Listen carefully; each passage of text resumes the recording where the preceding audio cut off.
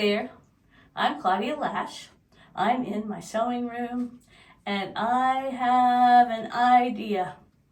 I probably am like some of you in that we have lots of things going on. We may have several quilt projects and then I get an idea. Oh, I want to do such and such.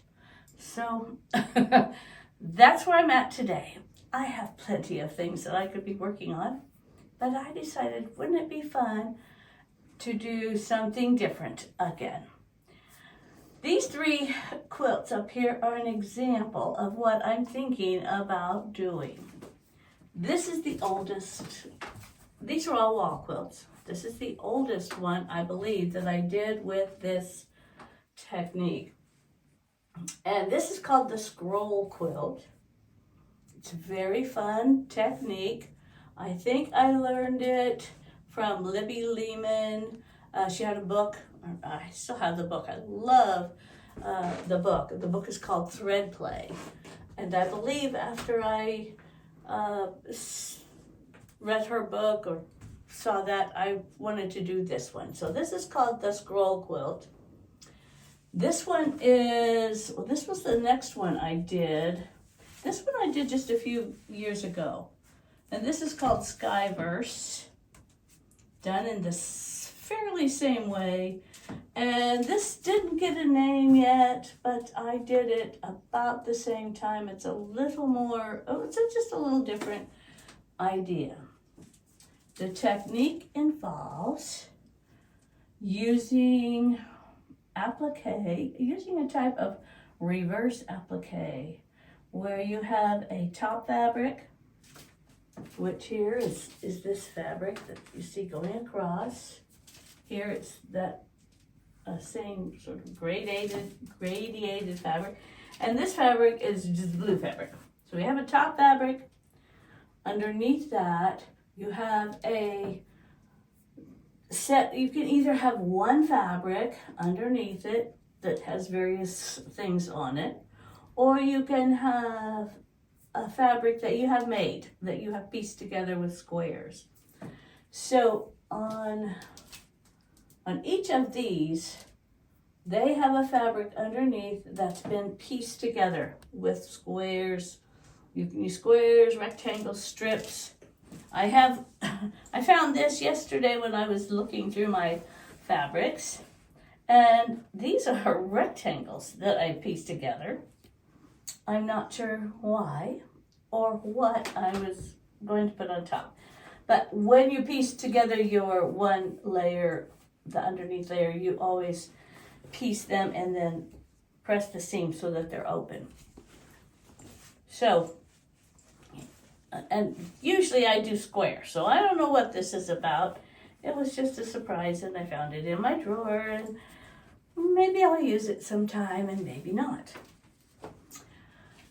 So you have 2 fabrics and you put them together, and then you cut out either circles. This one is circles. This one is circles and other shapes, some diamond shapes. And this one, well, these are petals on a flower. You could do whatever you wanted. You need to make sure your shape is a relatively simple shape. You don't want to have little tiny bits that you're going to cut out. But it could be anything. And then once you have your shape cut out, you stitch around them with decorative stitching. Since this is the first one I did, the decorative stitching is rather simple. There's some stars. This looks like a double blanket stitch, perhaps. Sort of a ladder stitch. Some of them, this is just a satin stitch. So here, I stitched around with a rather big stitch, which really, I think, helped make that one. I mean, the stitch was really important on this book. On this quilt, I used several different stitches, so that each in several different threads too. They're very fun if you want to play around and see what stitches your machine does, see how they work. And part of the look of the quilt is the stitches and how it all goes together. So I am interested in what you would be most interested in.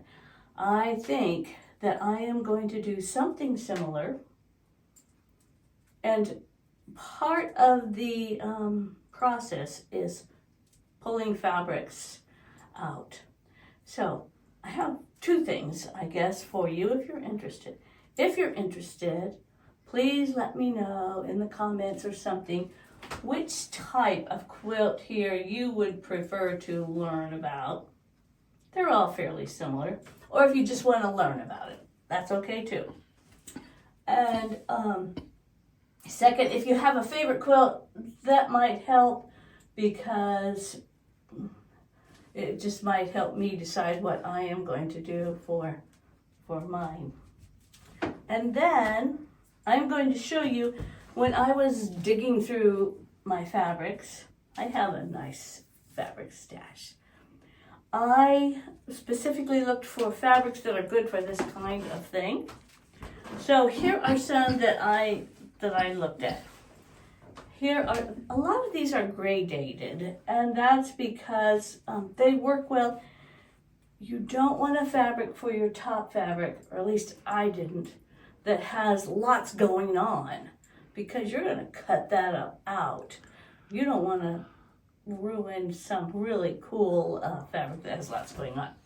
These fabrics are just gray dated with in the colors. Oh, and a batik fabric works really well, or something, because batik fabrics are tightly woven. This is not a batik, but it would probably work well. What I thought I might do with, now this is a full yard, but what I thought I might do was use this as my underground fabric, the bottom fabric. Because your underground fabric can be one fabric. Look how many colors and all are in this fabric. So that's kind of in my mind. Here's another top fabric that, now this is a small piece, so this, but you don't have to make a very big quilt. Here's another one that would work for the top fabric. Now this isn't a batik, but I think it would probably work if you were careful, I guess, when you do your, so here's another. These are all some sort of they look like, I don't know, they're gradated down, and so I think they would work. And whatever fabric you think you want to use, once you pick a fabric, here's another one. Once you pick a fabric, then you're going to be thinking about what you're going to put under it. So if you're going to pick a fabric like this, you probably don't want to stick something under there that doesn't relate in some way to this. So you might use some oranges and some of these blues in here that would stick out and look nice. You don't want the exact same color, but you don't want something that's way over here that's going to not relate. They need to relate, but they need to be interesting and contrast. So, so there are some possible top fabrics. I also got, before we talk about the underneath fabric, if you were using something, if I use something like this, then I can take, I found some lighter contrasting fabrics that I think I might sew together into, I think pinks and purples. I don't have my purples pulled, but pinks and purples will look pretty with this. So if you find a top fabric, think about, and you can use scraps, if I use these, I'm going to cut them into squares and use them. For me, cutting them into little tiny squares is too much work. 3, 4-inch squares are okay, but 1.5, you're doing a lot of sewing, and it just would be too much work, I think. So, and the other thing, if you're thinking about using like one thing for the background, that's a great way to go. I had this out and I thought, oh, this would be a nice background. And then I thought, well, there's a back side of it. Oh, here. Look at the back side. See, it's got reds and yellows, and it's more the primary colors. But then I found this, and I thought, oh, you know, this fabric does have a definite, print to it. But I thought, oh, that would be kind of interesting on the top and having these colors poke out. Same thing with this black and white leaf thing. It has a fabric on the top, but just looking at the two together, I think they might work nicely together. So, you have some, I'm going to give you a little time, I hope. And if nobody's interested, that's fine too. I can always do this on my own and show you later or I can go back and get some other work done that I need to do for my next quilt. Anyway, let me know what you think. Let me know what you like. If you're interested, not interested, I'm fine. And just get back to me, and so I can, if you're interested, I'm maybe going on with step 1, step 2, etc., etc. Thank you very much.